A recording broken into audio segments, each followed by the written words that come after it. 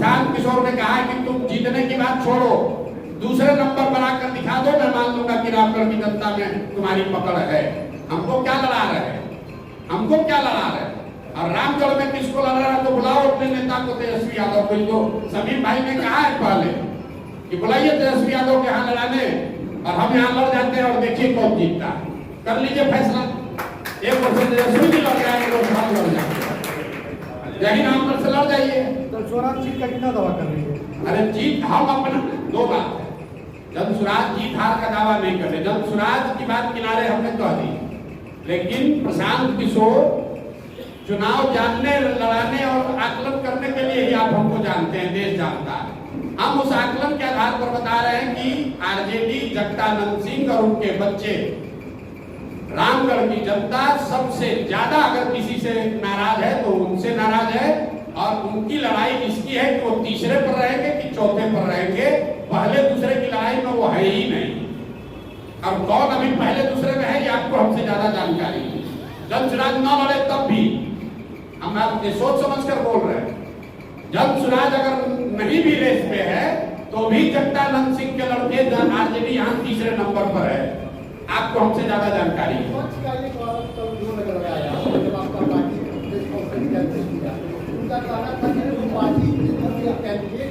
ठीक बात, बिल्कुल ठीक बात है।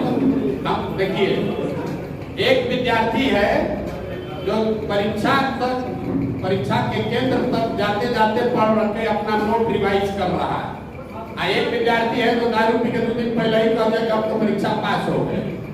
हम वो विद्यार्थी हैं कि परीक्षा लिखने तक पढ़ते हुए जाते हैं, रिजल्ट जब आएगा तब आपको दिखेगा कि कौन पढ़ कर गया और कौन दारू पीकर पहले सो गया। चुनाव आयोग ने निर्धारित किया है समय, 20 से 25 के बीच में नामांकन होना है, वो 25 से पहले होगा, हमारे लिए रिलैक्स नहीं होगा। 20 को जो नामांकन किया उसका भी फाइनल 28 को ही होगा, उसका भी वोट 13 को ही पड़ेगा। ऐसा नहीं है कि आप खुद के पहले नामांकन खर्चे तो वोट आपको पहले मिल जाएगा। हम तो सबसे पहले तरारी की घोषणा किए, उस समय दूसरे दल वाले कहाँ थे? बेलागंज में, इमामगंज में सबसे पहले जब स्वराज ने दावा किया, दल घोषित, उम्मीदवार घोषित किया, उस समय ये लोग कहाँ थे? संभव है कि हमारी रणनीति का हिस्सा है, पहले इनको घोषित करने दीजिए, उसके बाद। ये तो सब रणनीति का हिस्सा है कि किस सीट को हमको पहले अनाउंस करना है, किस सीट को बाद में अनाउंस करना है। हम तो आपको ये कह सकता है कि इनको तो प्रत्याशी नहीं मिल रहा है, तो देखिए 5 को आदमी बैठा हुआ है यहाँ पर, प्रत्याशी नहीं मिल रहा है, ये तो बात है नहीं।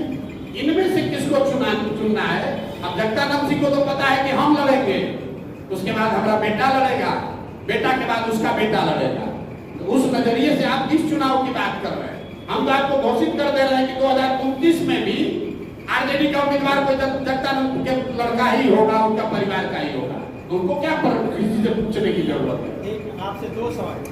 आप कैंडिडेट सिलेक्शन के लिए आपका स्टैंडर्ड थॉट क्या होगा? पॉलिटिकल स्टैंडर्ड थॉट ये है कि जिसको भी समाज में सही व्यक्ति लोग बता रहे हैं। ये निर्णय तो लोकतंत्र में जनता करती है सर। हाँ, तो जनता कर रही है। अपनी थॉट क्या लेकर चल रहे हैं? पॉलिटिकल, सुनिए ना मेरी, इकोनॉमिकल। अरे लिखा हुआ सही लोग, अमेरिका में अभी चुनाव हो रहा है, सुनिए तो लीजिए ना, सही लोग का क्या पैमाना है बता रहे हैं। अमेरिका में अभी राष्ट्रपति का चुनाव है, वहाँ एक ओर से रिपब्लिकन पार्टी के उम्मीदवार है डोनाल्ड ट्रंप और डेमोक्रेटिक पार्टी की उम्मीदवार है कमला हैरिस। आपने पत्रकार होने के नाते कभी ये पूछा कि डोनाल्ड ट्रंप को टिकट किसने दिया, कमला हैरिस को उम्मीदवार किसने बनाया? वो किसी एक व्यक्ति ने नहीं बनाया, कोई आदमी वहां टिकट नहीं देता है। वहां जैसे यहाँ 5 उम्मीदवार खड़े हैं, वैसे रिपब्लिकन पार्टी से 5 आदमी 10 आदमी कहता है हम दावेदार हैं राष्ट्रपति के उम्मीदवार के, और 6 महीना वो आदमी कैंपेन करता है अमेरिका भर में घूम के। लोग बताते हैं 5 में सबसे अच्छा डोनाल्ड ट्रंप हमको लगता है, तो डोनाल्ड ट्रंप होगा उम्मीदवार। इसी तरह कमला हैरिस देखिए, वहां जो अभी राष्ट्रपति हैं बाइडेन साहब, वो उम्मीदवार घोषित हो गए, फिर जनता ने कहा नहीं इनका उम्र ज्यादा है, ये नहीं चलेंगे, तो कमला हैरिस वहां उम्मीदवार है। यहाँ बिहार में और रामगढ़ में तो बपौती है, हम रहेंगे, हमारा बेटा रहेगा, उसके बाद बेटा रहेगा, उसको किसी किसी से पूछने की जरूरत क्या है? एक वो तो चाहे तो अगले 10 वर्ष का उम्मीदवार अब ये घोषित कर देगा। एक सवाल और सर, आपने विगत जो चुनाव लोकसभा में किया उसमें आपकी भविष्यवाणी क्या रही के हिसाब से आपका जो आंकड़ा था वो फ्लॉप था, आपने इसको स्वीकार किया। फ्लॉप रहा। आप कैसे स्वीकार करते हैं? आपको ज्यादा जानकारी है क्योंकि आप पत्रकार हैं। फ्लॉप रहा, आप सुन लीजिए। हम जान रहे हैं आप कहाँ आ रहे हैं। हमने लोकसभा चुनाव से पहले 6 महत्वपूर्ण बातें कही। पहली बात कही कि अगली सरकार भाजपा की एनडीए की ही बनेगी और उसमें ऐसा लगता है मोदी जी ही प्रधानमंत्री बनेंगे। आज देश में किसका सरकार है? भाजपा का है, एनडीए का है, मोदी प्रधानमंत्री है। दूसरी बात मैंने कही कि जो मोदी जी के प्रति लोगों में जो पहले श्रद्धा, जो आग, जो अंधभक्ति थी, उसमें बड़े पैमाने पर गिरावट दिख रही है, वो भी आपको दिखा। तीसरी बात मैंने कही कि मोर और लेस जितना भाजपा को सीट पिछली बार आया था 300, उतना ही सीट आएगा। ये बात ठीक है, ये गलत हुआ। हमने क्या कहा? जो स्थिति पहले 2019 में थी वही रहेगी। तो वोट शेयर के मामले में भाजपा को 2019 में 36% वोट आया था, इस बार 35.13% वोट आया है, 0.7% कम आया। सीटों के मामले में 300 के बजाय 240 आया है, जो बड़ी गलती है, जिसको आप लोग बता रहे हैं। तो भैया हम भगवान तो है नहीं, स्टैटिस्टिक्स भी है, वो एक आकलन है, सही भी हो सकता है, गलत भी हो सकता है। मेरी गलती है, और जब गलती हुई सामने नेशनल चैनल पर आकर कहा ये 3 बात ठीक है, लेकिन सीट के मामले में आकलन गलत हो गया। चौथी बात क्या बोली कि कोई भी कितने भी मोदी जी को सीट से जीत कर आए, 250 आए या 300 आए, तीसरे टर्म में मोदी जी अपने पहले और दूसरे टर्म के मुकाबले कमजोर प्रधानमंत्री होंगे, वो आपको दिख रहा है। हमने एक और बात कही कि भाजपा चाहे जितने सांसदों के साथ विधायक दल सरकार बनाए, तीसरे टर्म में आने वाले समय में उत्तर प्रदेश की भाजपा के नेतृत्व को लेकर भाजपा में बहुत बड़ा संकट की स्थिति बनेगी, वो भी आपको दिख रहा है। योगी जी की बात रोज आप सुन रहे हैं।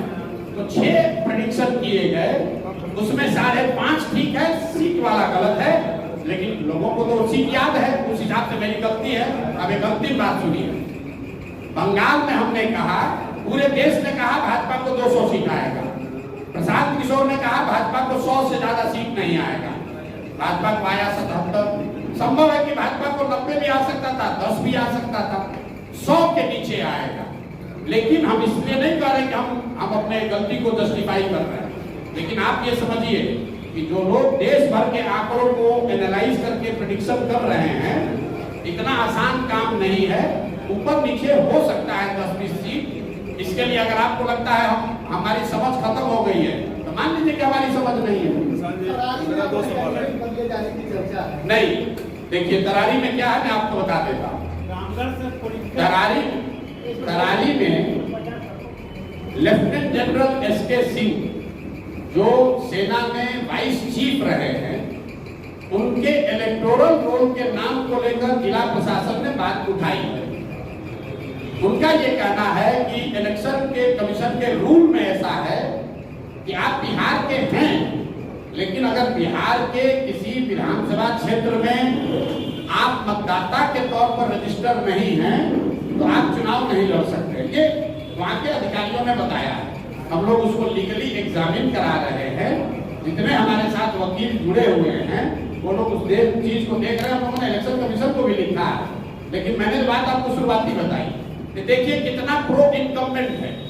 जो लड़का करण तिवारी का देश का वाइस चीफ बना, आर्मी का, जो सेना को लीड किया सियाचिन में, जो सेना को लीड किया ऑपरेशन पराक्रम में, उस आदमी को वो अपना इलेक्ट्रिसिटी बिल है, उसका जमीन है, घर है तरारी में, लेकिन एक रूल बनाकर कह रहे हैं कि नहीं, इनको चुनाव नहीं लड़ने दिया जाएगा क्योंकि तरारी के इनका वोटर लिस्ट में इनका नाम नहीं है। वोटर लिस्ट में नाम जुड़वाने के लिए फॉर्म 8 भरा गया। ये सब प्रावधान है। आप इलेक्शन अधिकारी से पूछ लीजिएगा कि आप 8A फॉर्म 8A भर के अपना नाम जुड़वा सकते हैं। नोएडा से जहां का नाम इलेक्टोरल रोल में है, वहां के डीएम ने नोटिफाइड करके जारी किया है कि यहाँ पर इलेक्टोरल रोल में ये है। जनरल साहब की पत्नी उसकी डेथ हुई है 2020 में। उस समय तक वो बिहार के वोटर लिस्ट में थे, लेकिन पत्नी के डेथ होने के बाद वो नोएडा में रहते थे, तो उनका इलेक्टोरल रोल में नाम शिफ्ट हो गया, क्योंकि 24 में उनको वोट देना होगा। अब इसी को आधार बनाकर जिला प्रशासन या इलेक्शन के लोग उनको लड़ने से रोकना चाहते हैं, उसको देखा जाएगा। लेकिन इस तरह की चीज तो लोकतंत्र में आती ही रहेगी। आप व्यवस्था के सामने खड़े होइएगा तो जो वहां बालू माफिया है, जो हजारों करोड़ रुपया लूट रहा है, वो इतना आसानी से थोड़ी छोड़ेगा। लेकिन जल सुराज भी पीछे हटने वाला नहीं है।